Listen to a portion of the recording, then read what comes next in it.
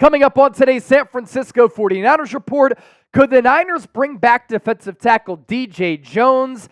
And could a massive move or moves be in store for the Niners going into free agency? Because the previous history of this regime under John Lynch and Kyle Shanahan point to something big happening.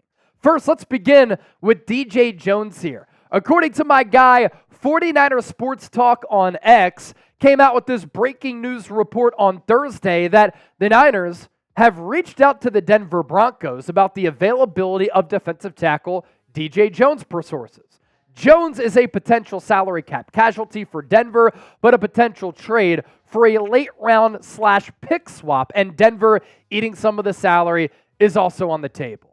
A lot of people remember DJ Jones as being a late round pick for the Niners, one of those late rounders that Kyle Shanahan and John Lynch in this front office hit on, and he developed into a really, really solid player.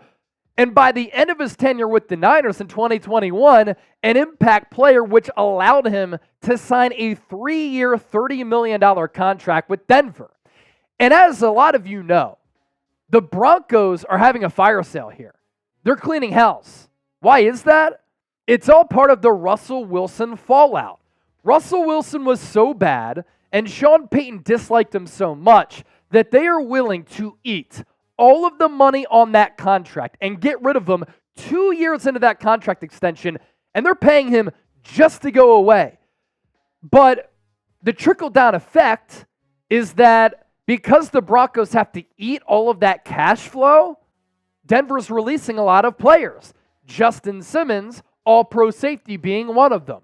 I think DJ Jones would be a great fit for the Niners, whether he's let go by Denver and you can sign him in free agency, or I'm certainly willing, if Denver eats some of that salary, to trade a late round pick for him. DJ Jones knows your defensive system. He's excelled with the 49ers. He's what you need at defensive tackle as far as a run stuffer goes, because Eric Armstead, Javon Hargrave are more pass rushing defensive tackles. And the Niners desperately need a bulky defensive tackle to fill the run gaps. And he gives you a really, really good defensive tackle rotation where, let's say, you have Hargrave, Armstead, DJ Jones. You have Kalia Davis on your roster as well. You draft another defensive tackle. I think you're set there. Now, it probably signals that Javon Kinlaw is going to go somewhere else, but you can survive without the services of Javon Kinlaw. As for what DJ Jones has done in his last 4 years, 2 of the last 2 years, including with the Denver Broncos in 2023, 16 games played. He had 46 tackles, 5 TFLs, 2 sacks, and 3 forced fumbles. So he generated 3 giveaways just by his lonesome right there.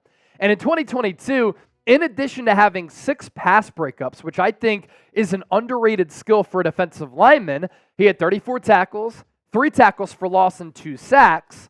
Last year with the Niners, 56 tackles, 10 TFLs. So good against the run and good against the pass. 2 sacks, 2 forced fumbles. And then in 2020, in those 14 games played during that COVID year, he was seldom used. Not used as much. A little bit of a late bloomer whom in 2021 came into his own, and that's why the Denver Broncos paid him big-time dollars in free agency.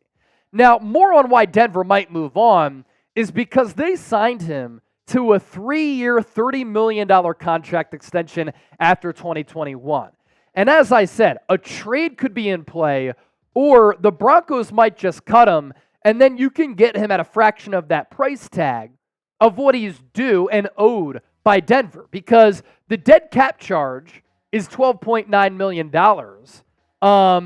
but a dead cap hit, he has a cap hit, of $12.9 million for Denver, but a $2.9 dead cap hit.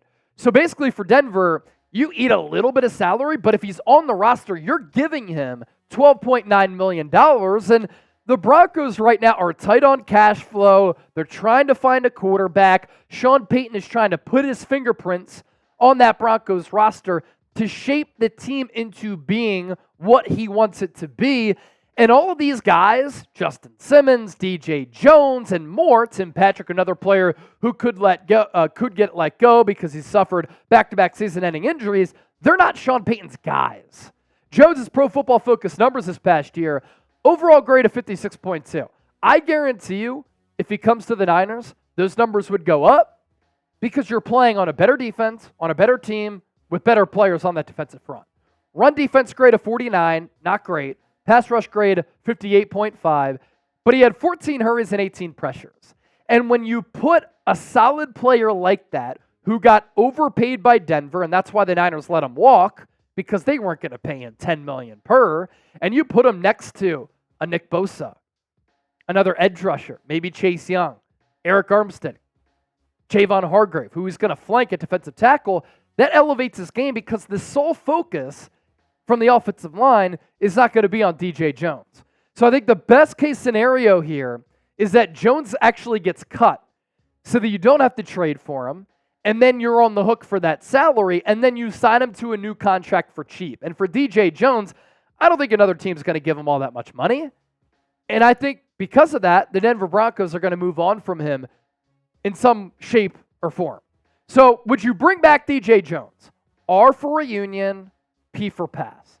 Get in the comment section right now and join that conversation down below. Interested to see what the people are thinking on this front. Also, it's the offseason, but if you want to continue to support the Niners and support the 49ers Report, San Francisco shirts available right now.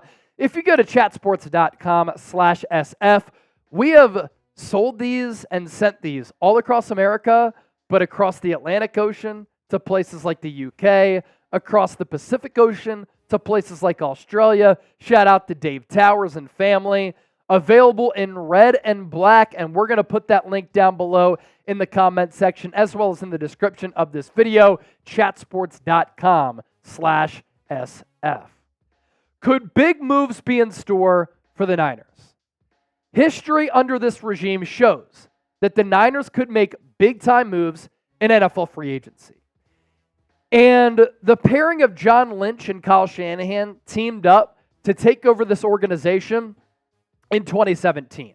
So let's go year by year and take a look at some of the big moves that the Niners have made. Now, in 2017, Shanahan and Lynch had to tear everything down and then build it back up. Still, though, they brought in some solid players. Pierre Garçon at the time was a solid player. So too was Kyle Juszczyk and Robbie Gould. So the Niners made those signings, and then they traded for Jimmy Garoppolo in that deal with the New England Patriots, and at the end of the year, Garoppolo goes 5-0. And then in 2018, because of that hot end to the season from Jimmy G, they made Garoppolo the NFL's highest paid quarterback at the time, signed Richard Sherman, Jerick McKinnon, and Weston Richburg. Sherman was arguably your best corner. Jerick McKinnon, it didn't work out because of injuries, but he was a really solid running back. And then Weston Richburg, really good offensive lineman. Unfortunately for him, he suffered injuries, his career cut short. But when you signed him from the New York Giants, you gave him a lot of dough. In 2019, what did the Niners do? They traded for D4 to go all in on trying to win a Super Bowl. They signed Quallen Alexander to a deal that paid him more than $50 million. And they signed Tevin Coleman, who was a Kyle Shanahan favorite going back to the Atlanta days. And then in 2020, the Niners, they traded DeForest Buckner, disastrous trade, and then they drafted Javon Kinlaw, a bad miscalculation there. They paid Jimmy Ward to a contract extension. They paid Eric Armstead a contract extension, and they extended George Kittle, making him the highest paid tight end in the history of the NFL. In 2021, the Niners gave Trent Williams the largest contract ever for an offensive lineman in the history of the NFL. Kyle Juszczyk re-signed. Largest deal ever for a fullback. They signed Alex Mack, Pro Bowl level center. Samson Ebukam got solid money. And they made Fred Warner the highest paid off-ball linebacker in the NFL. In 2022, the Niners gave Charvarius Mooney Ward a 3-year, $42 million contract, and then they extended Deebo Samuel to a 3-year, $71.5 million deal. Fast forward a year later, in 2023, what did the Niners do? Signed Javon Hargrave, to a 4-year, $84 million deal. And then right before the start of the regular season, they made Nick Bosa the richest non-quarterback in the history of football. So obviously the hit rate is not 100%. And all of those moves for the Niners did not work out. But there's a constant theme under Kyle Shanahan and John Lynch, especially in recent memory. They know that the Super Bowl window is open. They also know after another Super Bowl loss with the quarterback on a rookie deal that the Super Bowl window is closing. That time is becoming more and more precious. And in recent years, they've been aggressive. They've invested in this football team. They've handed out big deals.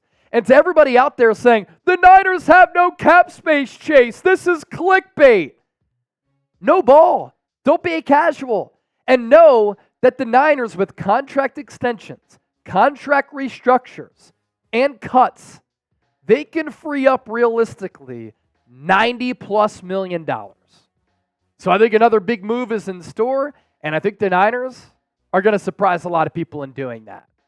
If you want to talk some more Niners and get some more short-form content on top of the long-form content that we give you right here on the show, give me a follow on X. Give me a follow on Instagram, @Chase_Senior on both platforms.